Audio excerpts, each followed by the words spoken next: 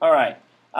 So to bring everybody up to speed here on, because we've had some people gone and Callie's heard this, so now this should be the last time we have to go through all these different things, whatever, hopefully. But if you've got any questions, be sure and ask. But here is the classroom. So for those of you that were gone, especially yesterday, what we talked about is the classroom website, which we will hardly ever use.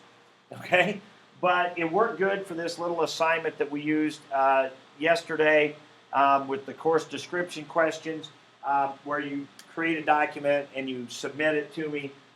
Like share, it's basically a more organized way of sharing a document. Like for example, if I told you, hey, write out your questions on a Google Doc and answer them, and then share it with me. And then the problem with that in the past has been, then I get my shared folder. I got all these different things in them, and they're named differently, and blah blah blah. And it's just, I got to organize and keep track as a teacher. It's kind of difficult. So what all this classroom is really, among other things, but mostly it's just an easy, quick way to share documents. So I can post the assignment up here. You can go to there. You can create your Google Doc right in there. You can type out the answers like you did there. You can hit turn in. And what that does is basically shares it with me. It actually does more than that. When you turn in a document, it actually makes me the owner of the document then, actually, once you submit it. And you don't have access to it anymore. And then I can comment on it and do whatever, and then I can return it to you, or I can just grade it, or in this case, I can just read it and then put grades in the grade book. But whatever. So it's just, and it's a place where I can just go to your class. I can see everybody that's turned it in. I can click on them and open them quickly. So it's kind of easier on both ends. It's just really a way of sharing Google Documents. Well, we don't have the need to do that in here very often, right? I mean, for the most part, pretty traditional math type class. We go over stuff. We work problems out of the book, and those kind of things. So from that standpoint, probably not something we'll be using a great deal. Now, but so in here on the classroom side, I also put this announcement. Here's a link to our class website where videos, assignments will be posted. Please bookmark this site so you have easy access to it. So if you come up here, and I've got several of them open here, but if you come up here, here is, when I talk about our class website, this is what I'm talking about. Okay, now if you go to carneycats.com, the School Fusion thing, go to our AP Calculus page, there's a link to this here as well. But if you bookmark this and have it, now the important things that will be on here will be like videos. So later today, fourth block, I'll be posting this video that we're recording of our class today. I usually won't record both second and third block. I usually just record one. A lot of times it'll be this class, because sometimes if everybody's here second block, I may not record, and then I'll wait and see if everybody's here third block. Even then, I sometimes record, especially if I think it's a lesson somebody might want to go back and revisit for whatever reason. I may still record.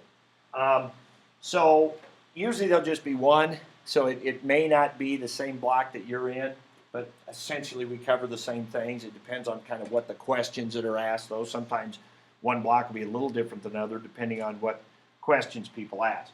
So those will be the videos. Right now we're in chapter 0. So today's video will go in there. Tomorrow we're actually going to start in the book on chapter 1, and so then those videos will be under chapter 1. Down here under homework, you can see there's a link here that says Monday, October 20th. So if we click on that, here is what I put in here for the homework from yesterday. Appendix B and C in the back of the book, Exploration 2, and then the golf course holes, which I told you yesterday, that is not due until tomorrow. All right, and then also I've attached right here, you can see it says Chapter 1 assignment sheet. So for those of you that were gone, you may not have gotten that, so let me give you that real quick. Did you get one of those? Or did you have one? You do have one. Okay, so this is a sheet that shows what problems to do. Okay, but so if any time on the assignment there's a worksheet or something that is important as a part of that, I'll attach it on there as well. So those will usually that'll usually get posted fourth block. Let's say you stay home sick, but you're not that sick, and so you want to do your homework, and it's 9 o'clock in the morning. And, you know, if you're like me, doing calculus makes you feel a little better anyway. So you go ahead and you do that. So it's like 9 in the morning and you want to do your calc homework. Well, I haven't put the assignment up there. Well, email me or something. That's fine. Email me. Hey, I'm out today. Do you have the homework? What's the homework going to be? Whatever. And I can email you back, or I'll post it up earlier or whatever. Okay? Because I usually don't post it until after class that day. So that's where this information is. So we were talking the other day about, you know, when you're gone, finding out what the assignment is. You know, quizzes will be announced well in advance. You should always understand that my expectation is you'll be ready to take the quiz on the day that it is assigned, even if you miss some days in there. You got the videos to look at. You got all this information. If that's going to be an issue or whatever, you certainly need to talk to me in advance of that. Okay, we also talked yesterday, just to mention this briefly, for those of you who are gone, I get here early in the morning, 7:15. You want to come in and ask questions on homework.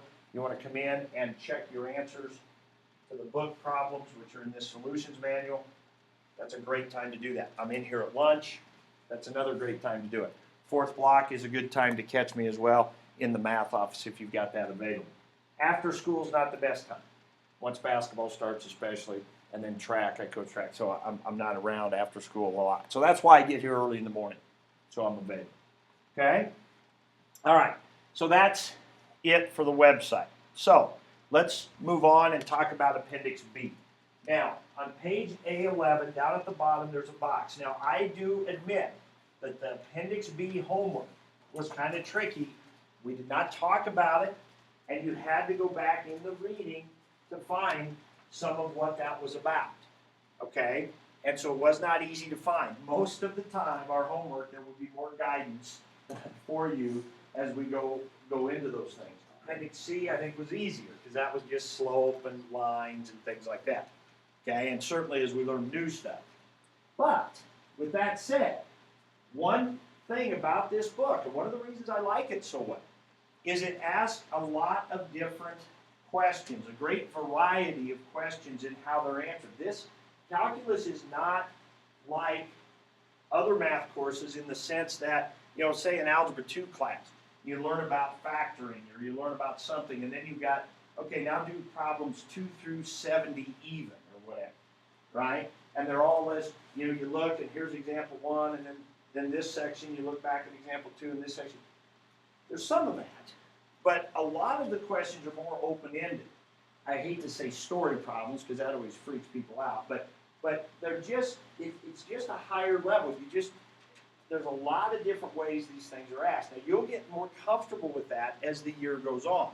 And you'll be able to answer a wider variety of things. And, of course, that's how the AP test is patterned. And so we will get very used to that as we go along. But in the beginning, it may seem a little different, okay? So you just got to understand that. All right, so there will be questions in the homework. Sometimes we're going to say, well, we didn't talk about that, or that doesn't seem right. But you'll have all the information you need. You may just have to put it together in kind of different ways than what we had talked about. So it's not like we're going to go through all these examples and then the homework will be just like it. You have to think independently a little bit. And that's kind of true on this. So the first two problems, or the first set of problems, 2 through 5, all we were talking about there is if you have, what's question 2 say? It wants the interval, it says curly bracket, x, vertical bar, -10, less than x, less than or equal to 15, right? Okay, what this says is the set of all x such that the vertical bar, now actually there's a vertical bar on our calculator that we will use quite a bit this year for various things. The vertical bar means such that. So this is the set of all x such that x is between -10 and 15. Now intervals like this we use a lot in calculus.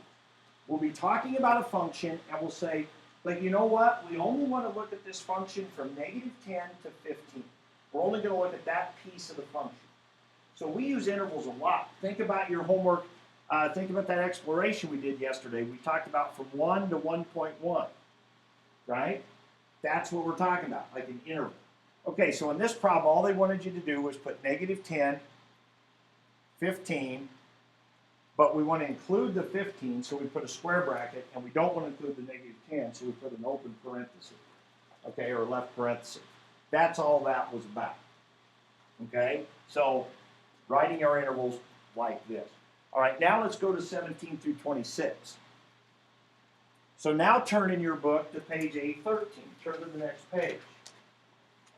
Now, I want everybody to read that paragraph down at the bottom that's example 1. Example 1 on page A13.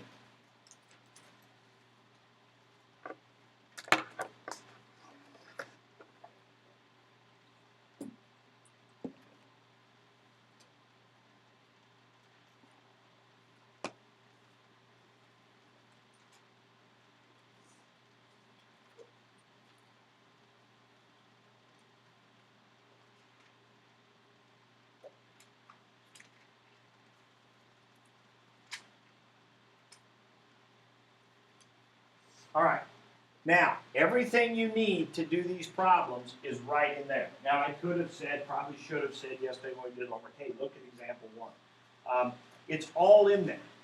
So they gave you this example. They said, all right, if you have the interval from negative 3 to 5, which is the same as saying negative 3 less than x less than 5, those two things are the same thing. What they tell you is that every interval has a midpoint and a radius. So halfway between negative 3 and 5, think of it on a number line. Here's negative 3, here's 5. We're talking about everything in between there. What's the middle of that? 1.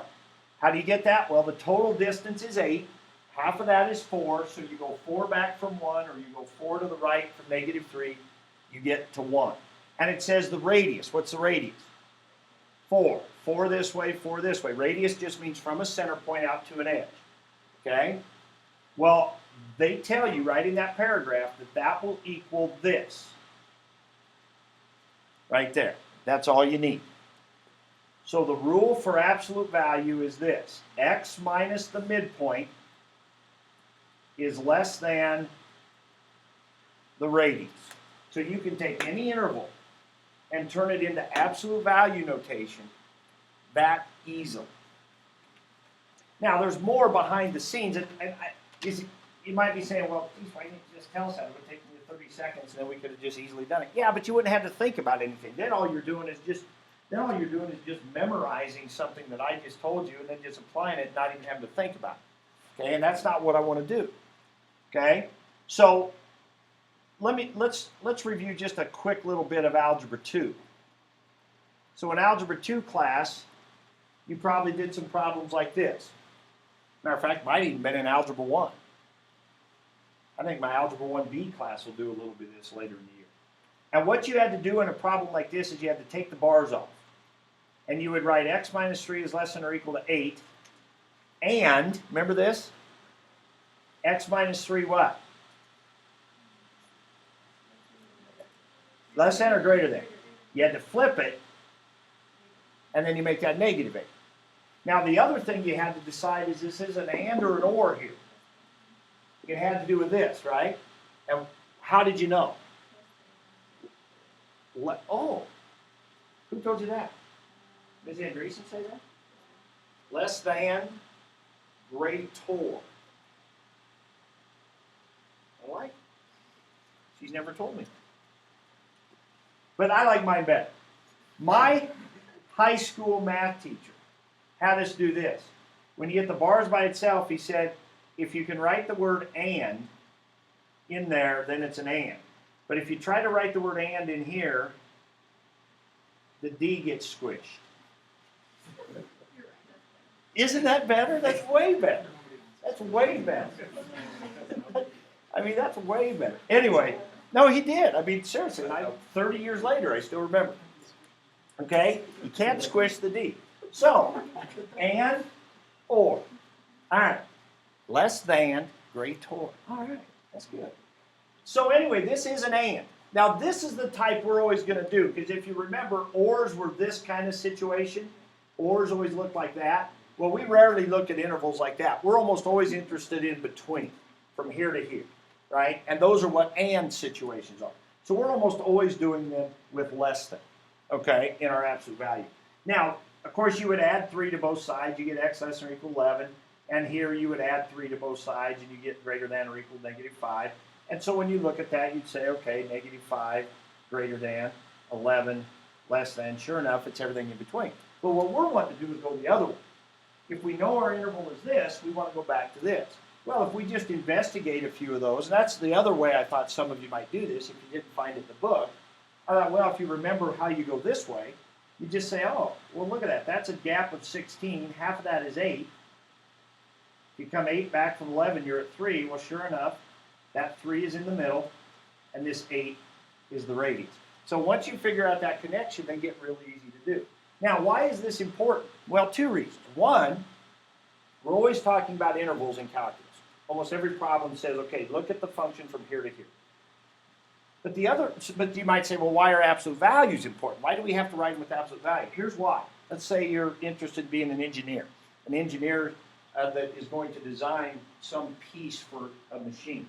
And so you design this, and one of the pieces you're designing is a bolt. And so in the specifications, in the technical manual about the specifications for this bolt you're going to make, is this bolt is going to be 8 millimeters, tiny little bolt. It's going to be 8 millimeters, and the quality control people will tell you that for this particular bolt, it can be off by 0.05 millimeters.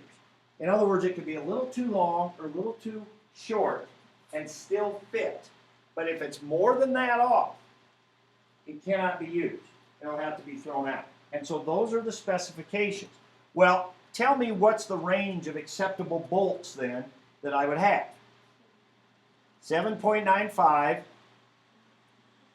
to 8.05. But if you look in a technical journal about that bolt, you will never see that notation like that. That's not how they talk about it. The way they talk about it is they talk about it this way. This is what you would see. You would see this, which is the expected value. This is the expected size of the bolt right here. It's supposed to be 8. Now, if you look at this interval, sure enough, here's 8 in the middle, 8.05 is over here, and 7.95 is over here, right? And then what would go here? 0.05. This is called the tolerance. The tolerance. This is the accepted amount that bolt could be off. So they will talk about the expected size of the bolt, and they will talk about the tolerance that they are allowed to be off. Those are the 2 values that matter. So this is how an interval like that would be written in a technical manual for something like that. So that's just one example of why absolute value notation is important and what information it tells us in there. Okay? All right. So that's interval notation. Let's move on to Appendix C then. Appendix C. So so anyway, on 17 through 26, is there any one of those, after seeing that, is there any one of those that you have a concern about? Okay? So you may look at yours and say, whoa, I didn't do that right. Okay? Now, normally I would come around and check homework. I'll probably start that tomorrow. But we just got so many different things going on, I did not do that. But normally I'm going to come around, I'm just going to look, see your effort, mark it down, keep track. Those kind of grades will go in the grade book then eventually. Okay? All right, Appendix C. Now, what we mentioned yesterday was this right here. Point, slope, form. And that's pretty much what all those problems were about. Writing the equation of a line. Okay? Questions on one of those or any of those? I had told you yesterday that you did not need to simplify it. So for those of you that are gone, were gone yesterday, and this is also the golf course problems. The golf course problems, they give us 2 points here, and we're supposed to find the equation of that line. Okay? So we've got -7, -6, and we've got 7, 1. So the first thing we have to do is find the slope. And so we did this, which would be 1/2. So we subtract our y, subtract our x's. And then we type it, we just write it into this. Okay, we pick an x point like 7, we pick a y point 1. And what I told the class yesterday is you could just leave it like that. You do not need to distribute and simplify it. So point slope form of a line, something we will do a lot of, and I'm going to show you here in a minute how it connects to what we've been talking about. Point slope form of a line, put in the slope, put in a point, and do that. So on that golf course assignment, we said you would just scroll down to here and you would type in, you would just type in 0.5 if you want for 1/2, x minus 7, go outside the parentheses, plus 1, and it draws a line and connects the hole and the ball, and then there's several pages of those. Okay, and you can just hit Control, right arrow, will take you to the next page, and so forth and so on. Okay, now that's not a huge of all your assignment, the parts of your assignment tonight. This is probably the least that you need to worry about. I mean, it was more kind of fun to show you what the calculator can do a little bit.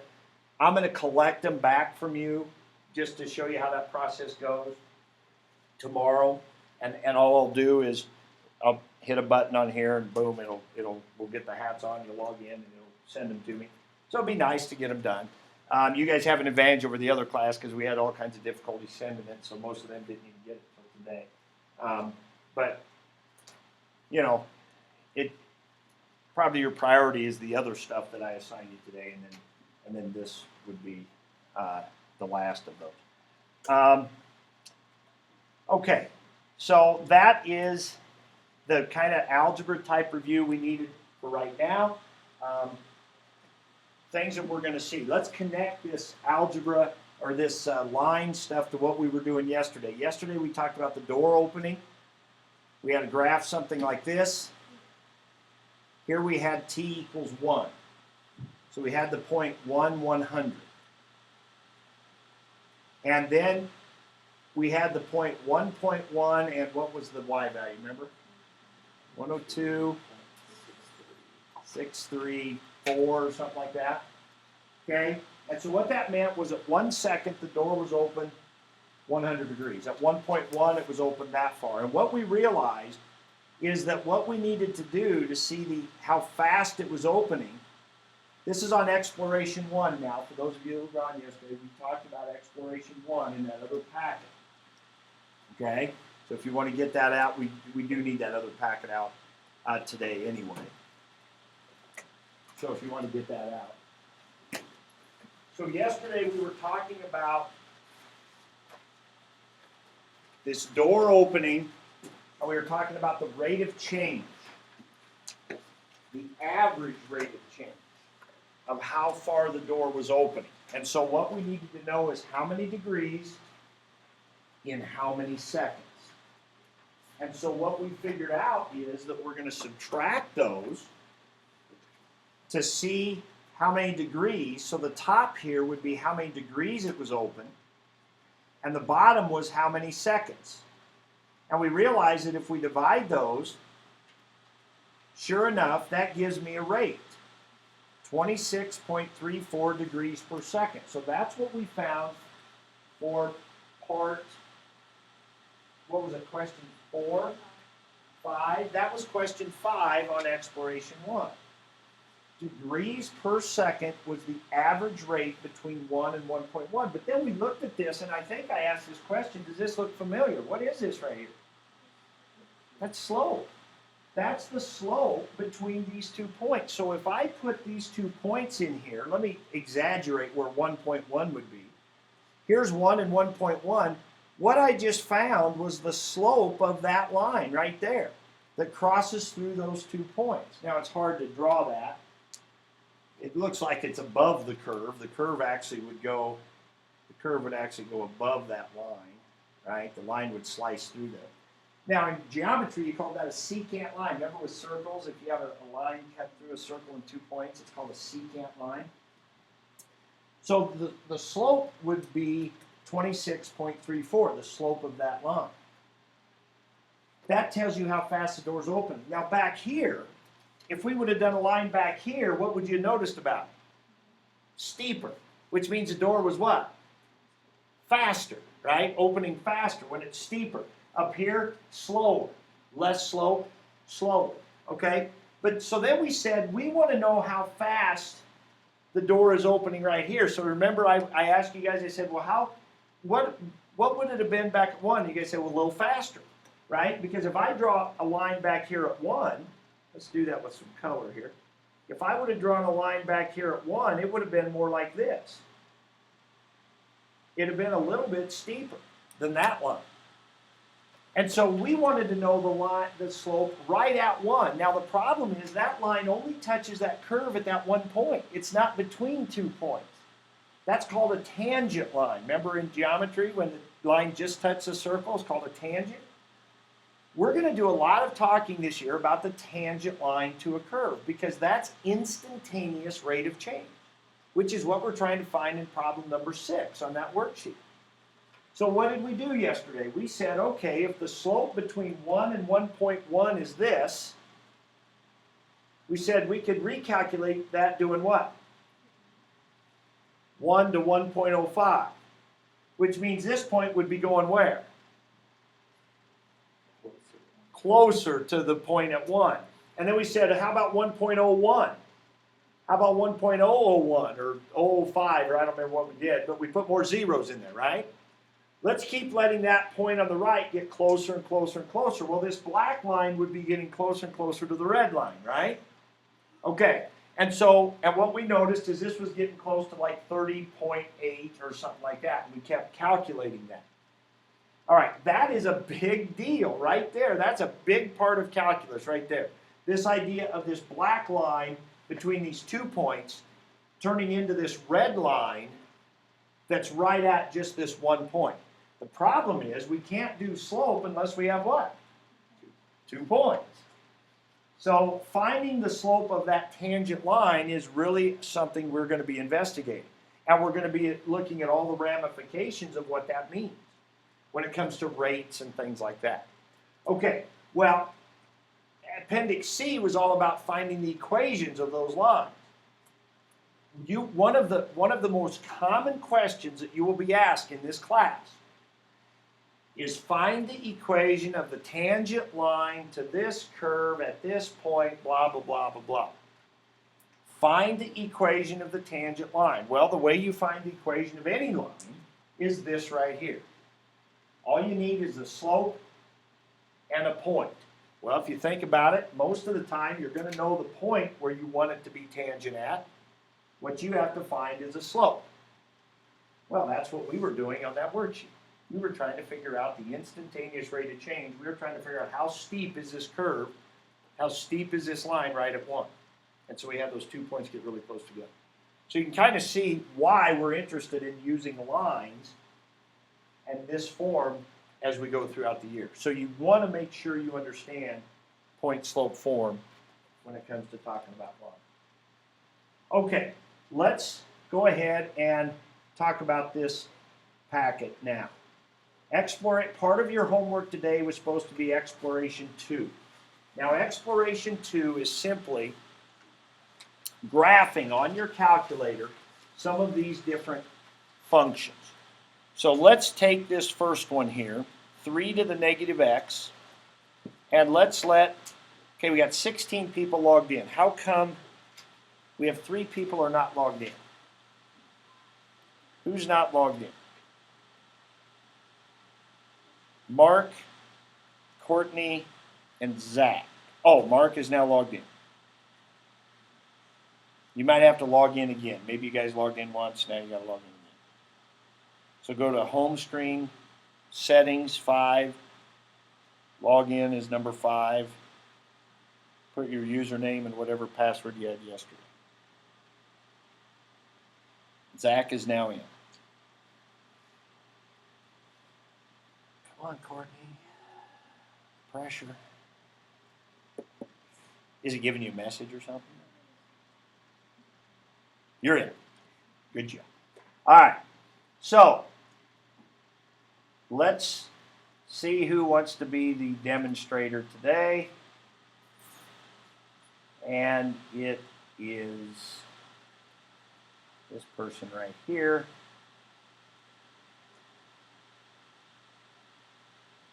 Chris Lawson. Congratulations. All right. Okay, so let's go to the graph screen. Okay, he's ahead of us. Let's hit tab. Let's do the first one. So 1 over x, we'll delete that one out of there. Accidentally deleted the equal sign, that's okay. Oh, I want to show you something else. Okay, go ahead. Go ahead here and put in 3 raised to the negative x. Now, you can have more than one. Like, you could do number 1 on F1 here, and then you could do number 2 in F2 and number 3, and hit tab again. Chris, there, and then arrow up. And then if you uncheck it here, so you could keep it in there. For example, so if you had 2 or 3 or 4 graphs you wanted to be looking at, but you didn't want to keep retyping them all the time, it'd save your window and everything. Okay, so let's see, does it save your window? No, I don't think it saves your window. But you can go in here, probably with the trackpad thing, and you can uncheck it. Okay, also, if you go over here, click on this, go over here and click on these 3 lines. I'm not sure if there's another way to get to that besides clicking on it. Is that all it says, is the history? Okay. All right, that's a quick way. So if you've got 3 or 4 different graphs, that's a quick way to go from one to the other. I thought it would give us some other options. Okay, I guess not. Of course, see, they did an update. You know, we updated some of your calculators to the new update, and I haven't used it yet this year. So there's always things in here. I'm sure we're going to run into things that are different than I remember from a year ago because of the software update.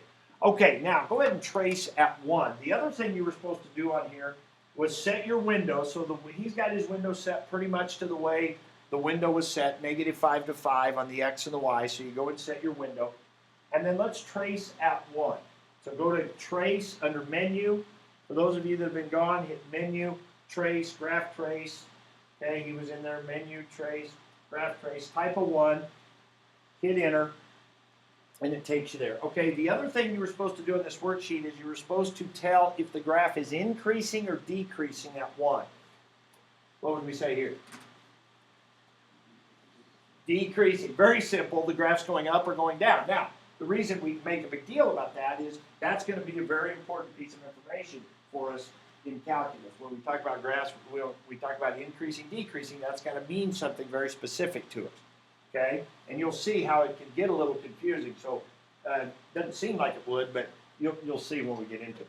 And then, is it increasing or decreasing fast or slow? What would you say there? Pretty slow. What are you looking at for fast or slow? Steep. And so that's a little bit of a judgment call, right? Maybe 45 degrees would be kind of in between. So if it's less than that, so if it's flatter than that, call it slow. If it's steeper than that, call it fast, whatever. But just so you understand that idea of fast, slow, increasing, decreasing. Okay. The other comment I would make is when you do number 2, Chris, let's do that one. That sine of pi halves x. There should be a parenthesis. So let's go ahead and type this in.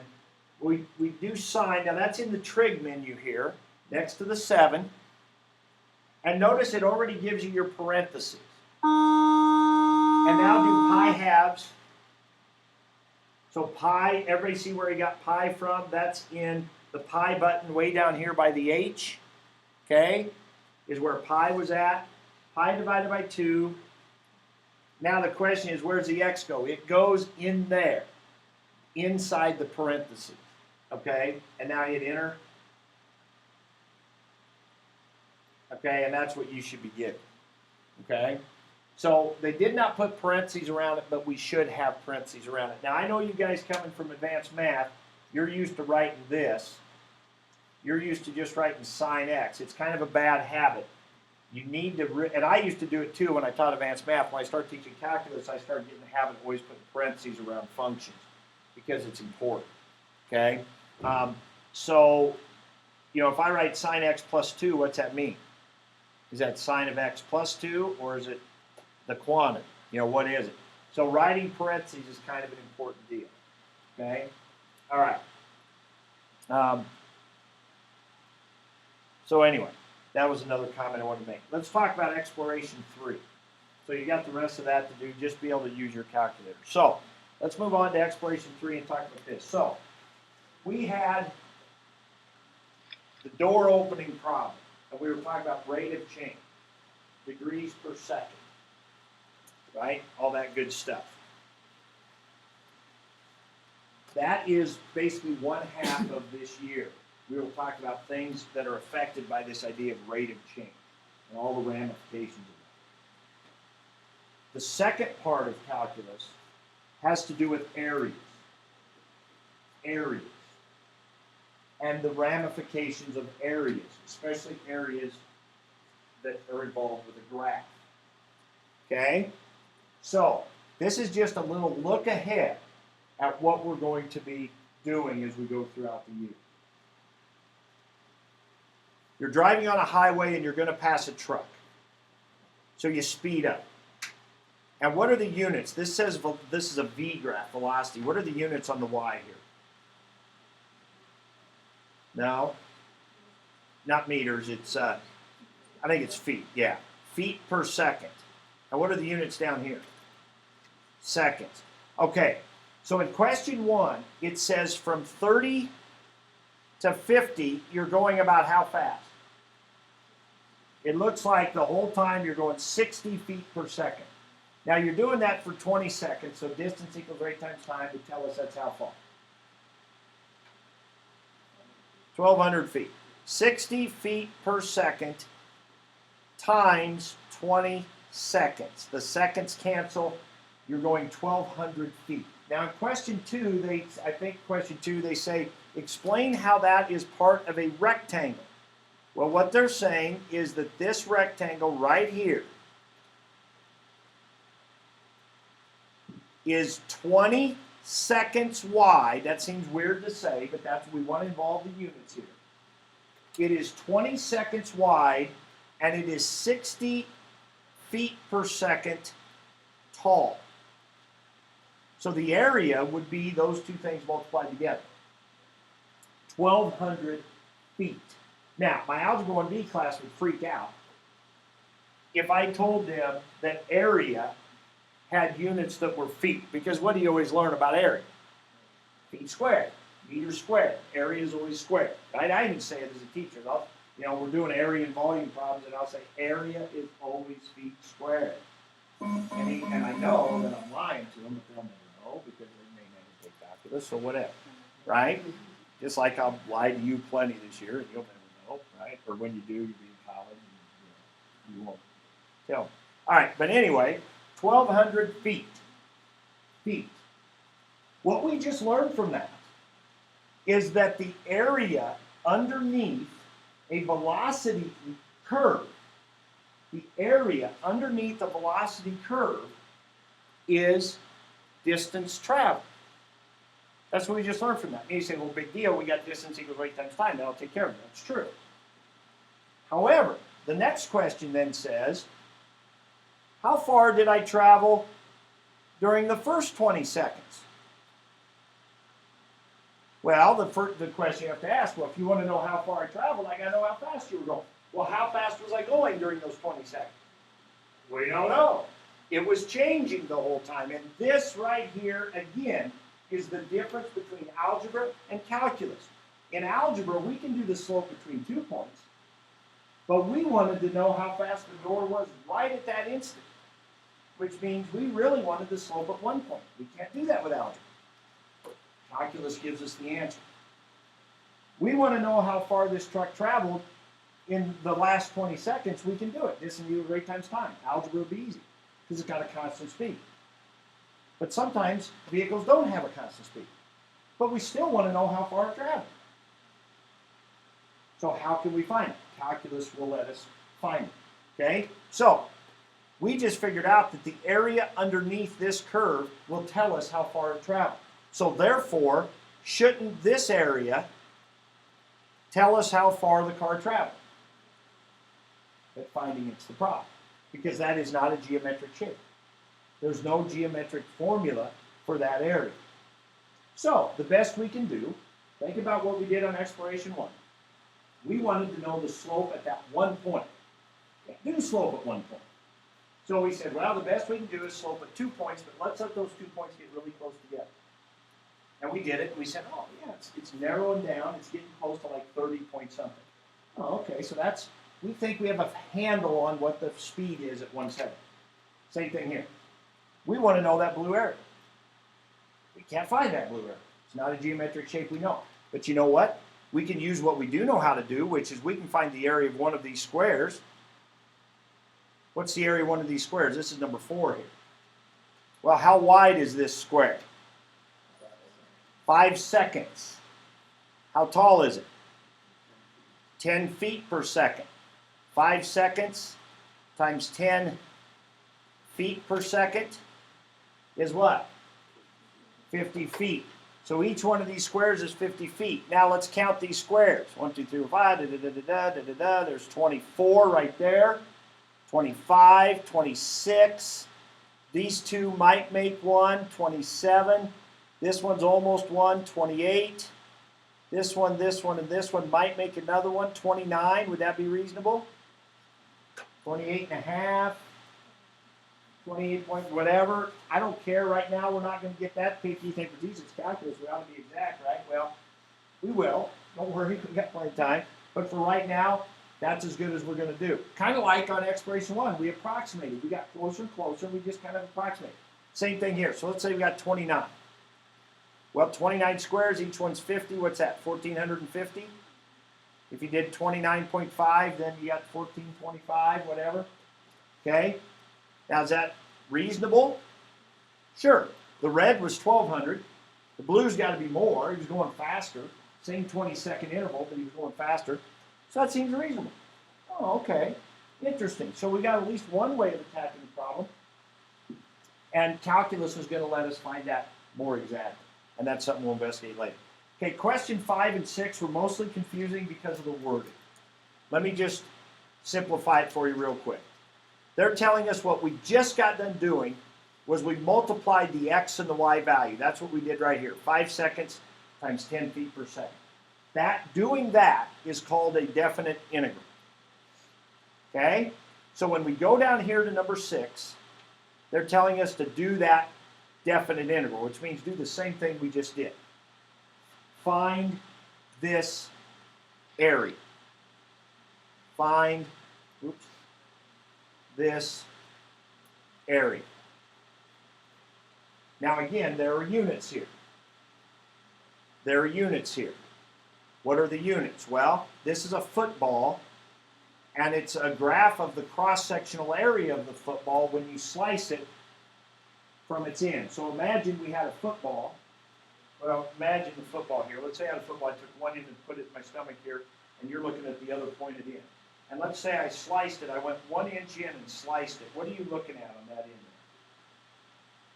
What, if I sliced it off, what are you looking at? A circle, right? It'd have to be a solid. But if you slice a football, it'd be flat, probably flat. So, okay, it's like a solid chocolate football. Okay, like the Easter times, I don't know, whatever. So I got a solid chocolate football, and I go 1 inch in and I slice it. You're looking at, on the flat end, you're looking at a circle, and it's got an area. And then I go 2 inches in and I slice it again. Now what are you looking at? It's a bigger circle. And 3 inches bigger, 4 inches, till you get to the middle of the football. Then it's the biggest. Then you start slicing, it's going to get littler. That's what this graph is. So 1 inch in, you've got a circle that's got so many square inches of area. 2 inches in, you've got a bigger circle. 3 inches in, bigger circle. 4 inches, bigger circle, till you get to 6. See what that graph is now? Okay, so this graph is just a plotting of the cross-sectional area of the slices of a football. All right, so how big is each square?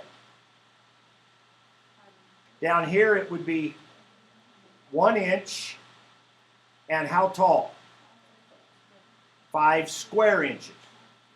So each square is 5 cubic inches. So again, my Algebra 1B class would be going crazy, because now I just had area that was feet, and now I got area that's inches cubed, right? But it is. All right, now we count the squares. How many you got? 40, 45. Okay. I don't know, I haven't counted one. I know it's in the 40s. Whatever. It doesn't really matter, okay, at this point. The idea is what I care about. So we count, we got 45 squares. Each one is 5. What's that give you? 2, 25? 225 what? Cubic inches. What did we just find by doing the area under this curve? The volume of the football. We just found the volume. Okay, so at the very least, what maybe we've done, hopefully, is we've at least given you a little glimpse of why it might be important to find area under a odd shaped or a curved surface. Here's 2 cases where maybe that area is something interesting about the situation. In the first one, it was how far the thing had traveled. In the second one, it was the volume of the football. There'd be a lot of ways to get volume of the football, right?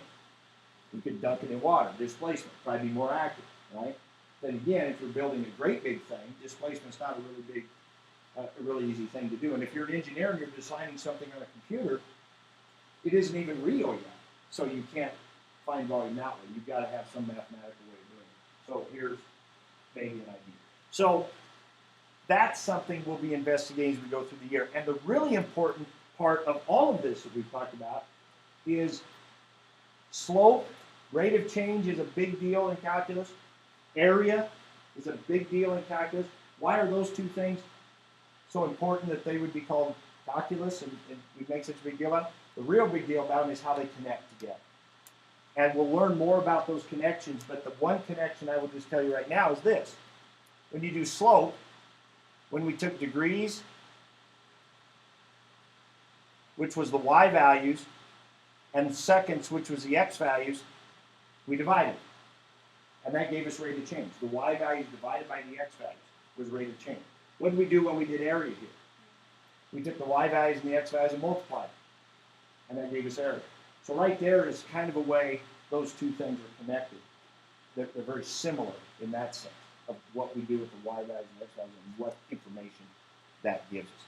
So that's some of what we have to look forward to with this. Okay, let's stand up and take about a 60-second break. Stretch. Talk to your neighbor. After lunch is a little tricky.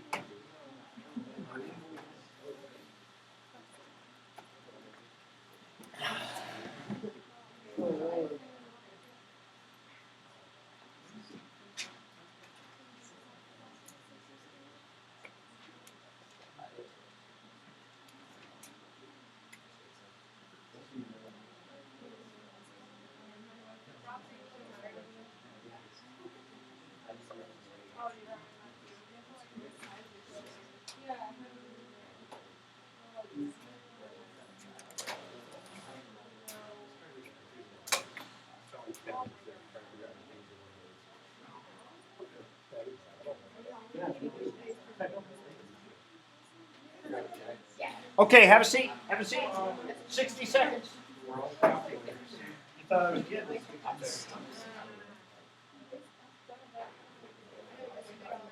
Window. Menu.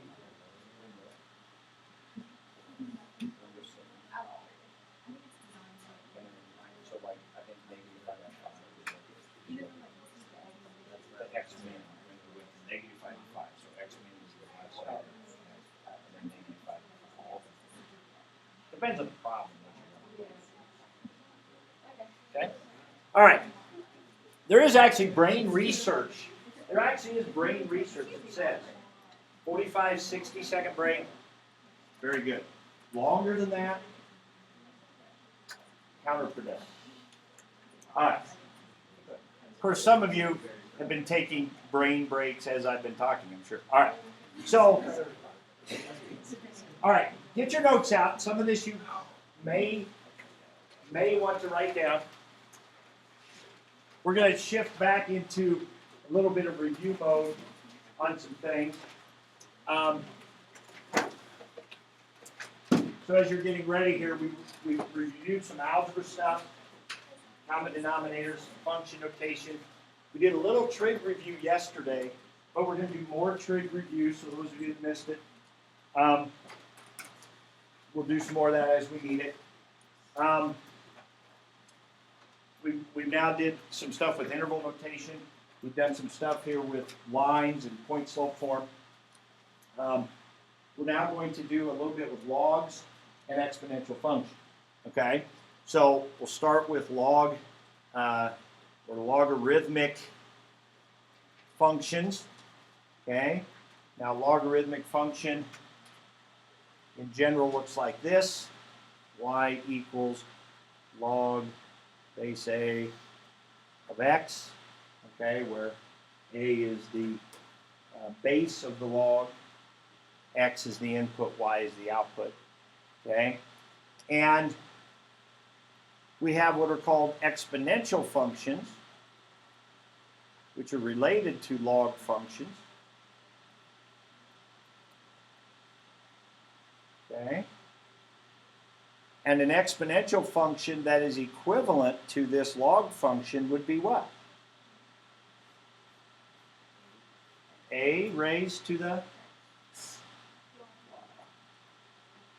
Now, yes, normally an exponential function is a to the x equals y, whatever. But if we're going to connect it to this one, that's what I was getting at. If I'm going to connect it to this log function, it would be this. Okay? A raised to the y equals x. Okay? So that's converting back and forth from a log to an exponential function. From a log to an exponential function. Those two things there are equivalent statements. Okay? Connecting a log and an exponential function. Now the a could be just any number, okay, the base. But the one that we want to use the most is log base e. And that is also known as what?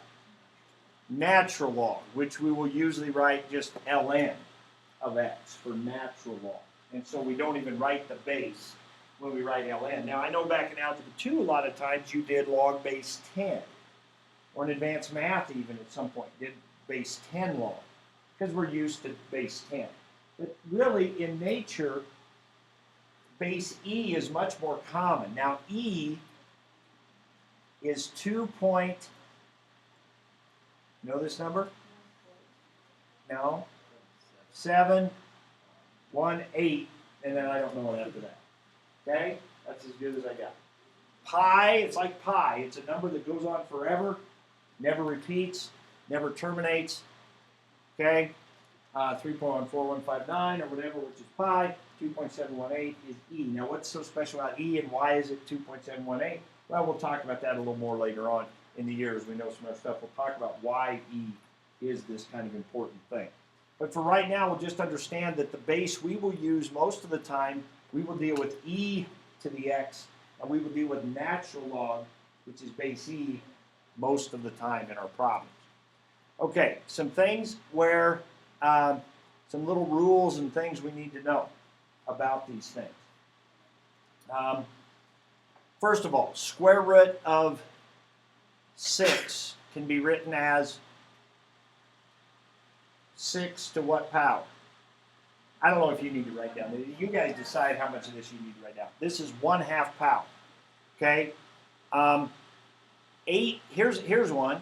8 to the 2/3 power. It would be expected that you can simplify this without using a calculator. You should be able to do 8 to the 2/3 power without a calculator. What is it? It is 4. The bottom number is what? The root. So this is cube root of 8 to the 2nd, or we can do it as cube root of 8 and then all that to the 2nd. It doesn't matter. The top number is a power. The bottom number is a root. You can do the root first or you can do the power first, whichever is easier. In this case, it would be easier to do the root first. Cube root of 8 is 2, 2 squared, 4. So little things like that when the AP test, when it comes to the AP test, which means on our quizzes, on our midterm, on our final, there will be some no calculator parts of those things where these things will come up. And you'll have to be able to do that. Okay? So those little things, so we'll continue to review them as we go along. And you'll just keep running into those types of things. So those are just some exponential kinds of things that are important. Okay? Let's talk about some log things. So let me see if I can think of a log problem that we might have to do. Something like this. So log base 4 of, oh, let's do an easy one here first. 16 is what? 2. Now, if you don't see that right away, what you do is you think of it this way. Where the question marks are, think of that as an x. Okay? And what did we just say? We said 4 raised to that has to equal the 16. And then you say, oh, yeah, 4 to the second is 16. Yeah, so the x has to be a 2, right? So that's how you can think your way through those. Now, they get a little trickier than that. You might have one like this, which says log base, well, let me think of one. Yeah, better yet, let's pull one. Let's do log base 3 of 1/27 equals what? -3, right? That'd be like there's an x there, so 3 to the what makes 1/27. Well, 1/27 we know is 27 to the -1, which is also 3 to the 3rd to the -1. Power on a power, what do? Multiply. So 1/27 is the same as 3 to the -3. So 3 to the x equals 3 to the -3. X has to be -3. So you try to get like bases. You try to match them up. So you're going to have some problems like that. Okay. Another situation, this will probably be kind of the last of the situations probably, so we can move on with this. Let's say we had to solve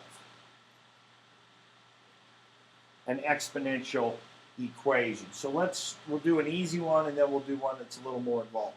So let's say we had 3 to the x equals 12. And we had to solve this equation. Ideas. Change it to, one option is change it to logarithmic form. The only problem with that is, there's not really a problem with that. It's not a problem. Matter of fact, let's just do them both here. And I'm going to let you pick how you want to do it, but I will tell you how I'm going to do it, mostly because of some later problems we get into where one method does work a little better than the other. But one option is to change it to logarithmic form, which, Allie, go ahead and tell me what that is. Log base 3 of 12 equals x. Now, normally that will be not an acceptable way to leave your answer, because we'll want to have it in terms of natural log. Now, I think about like on the AP test, on the multiple choice section especially, this would not be one of the choices. They'll all have natural logs in it. Okay? We're going to want to write that using natural logs. Now, we might want it with a decimal as well. Can we do that on our calculator? Well, that's a good question. Let's see if Chris is still going here. So let's go on our calculators and let's hit the scratch pad button, which is that button over to the left, right under escape for those of you that were gone yesterday. The scratch pad button. Let's get to this and let's do, where would we find a log at? Yeah, but the problem is that button is log base 10. Is it? Okay, let's go to that. Hit Control and Log. It went, yes, okay, it will let you put in a base. How can we have a comma there? It doesn't work? Well, it just gives it back to you, right? Yeah, I was going to say that comma's going to cause you a problem. There you go. Yeah. Okay, hit Control Enter. Yesterday, I think I showed you this, which gives you a decimal. If you hit Control Enter, which is approximately, so go ahead, Chris, and hit Control Enter. Actually, you don't have to go grab that. You can just, yeah, you can just hit Control Enter, and it'll redo the last thing you did. Okay? Oh, this was another thing I was going to make sure. Is everybody getting that, or is some of you getting more decimals? Everybody from here, let's go to menu, or not menu, I'm sorry, doc. Chris, go to the doc screen, because those of you that weren't here yesterday, go to the doc screen, go to settings. I found out last period there are 2 places we need to set this. So go down to settings, number 7. So from the doc menu, or the doc button, go to 7 settings and go to document settings, number 2. And see, his says float 6. Okay? We want that to be just regular old float. So hit your right arrow there, Chris. Whoops, you're in radian. We want to leave that radian. Arrow up. There you go. Now hit your right arrow. Change it to float, regular float. Hit enter. Hit enter again, or you can scroll down, whatever. Notice how make default, here, arrow off that a minute. Arrow back up into here. Arrow back. See how make default has this little blue border here? What that means is if you hit enter, that's what's going to happen. Okay, so like right now, he could just hit enter and it's going to make default. Okay? Boop, hit escape. Oh, yeah, okay. He still should be able to hit enter. Okay, whatever. Okay, apply this to your default. Yes, hit OK. All right. Now there's another place. Go to the graph screen. So hit the scratch pad again. Hit the scratch pad button, which is right under escape. Now go to menu, and there's another settings here. I think this is the one we changed the other day. Number 8, yeah, and then that one we want to say float also. I think it comes preset to float 3 and then float 6. And I'd rather just have float, which means it'll show like 10 or 12 if it has room. Okay, so anyway, back to the home screen, back to the calculator screen.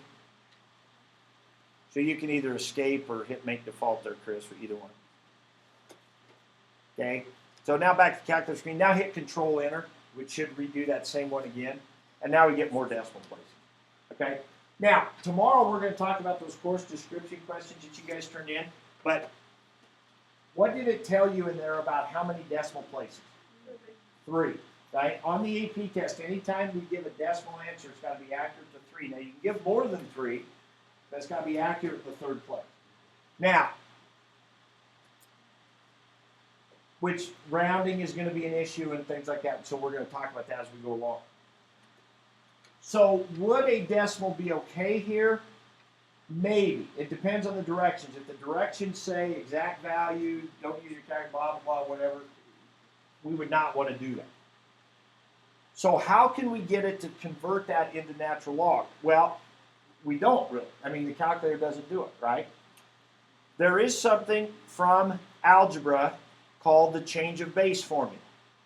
The change of base formula said this: log base A of B is equal to log base C of B divided by log base C of A. What that tells you is we can take a log of any base and we can convert it to a log of any other base. So C here is our new base, and the B goes on top and the A goes on the bottom, right? So what this tells us we can do, back on our previous problem, right?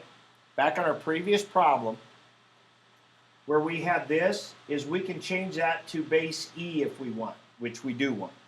So we can change this to ln, and we can go ln 12 divided by ln 3. So anytime we have a base, a log of some other base, other than E, we can simply do that. Okay? Now, Chris, back on the home screen here, calculator screen, do ln 12 for me. divided by ln3, hit Control Enter, give me a decimal, and you see we get the same exact decimal. So they are alike. Okay, now does anybody remember the other way we can solve this equation?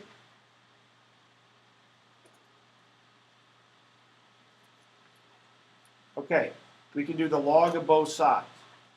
Here's how this looks. We do the log of both sides. Now this is kind of my preferred way because in more complicated problems, sometimes converting it into log form is not as easy, but doing the log of both sides seems to be better. I don't care, they're both fine. Look what's going to happen, and here we need to use a rule of logs that you may hopefully remember. What can I do with this x when I have in a log? Pull it out in front. And so we end up with this, and then we divide by ln3, and look what we got. Oops, ln12 divided by ln3, we get the same exact answer. Okay? All right, I'm going to leave you with one other piece of information, which is these two things right here, which are things that we should memorize. Now remember, natural log is base e. What's ln e? 1. What's ln 1? 0. Right? Because e to the first would be e, and e to the 0 would be 1. Right? ln e is 1, ln 1 is 0. Those are two things that would be nice to just know. All right, I'm going to give you the last 15 minutes or so to work here. So, your homework is,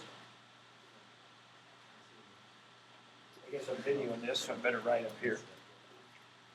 Your homework is Appendix E. Those problems are on that assignment sheet. Appendix G, but I want you to skip number 1 and 5. On the assignment sheet, it lists 1 and 5 as ones to do. You don't have to do those. Okay? Now, I will tell you that Appendix G is a little tricky, especially the last one. I think it's number 11. I don't know if that's the last one, but number 11 is a little tricky. Do the best you can with it. It's kind of like one of those Algebra 2 story problems. You know, two trains are going at each other, and one is going this fast, and one is blah, blah, blah. Sometimes those Algebra 2 story problems were tough to set up. That's what that one's about. Do the best you can. Get as much of that one as you can. Appendix E is all about exponentials and logs. Okay? Appendix G is that. And then don't forget the golf course. If you could do those, that'd be great. Kind of fun, but I'll a little extra practice on those lines. Okay? I'll let you work the rest of the time here.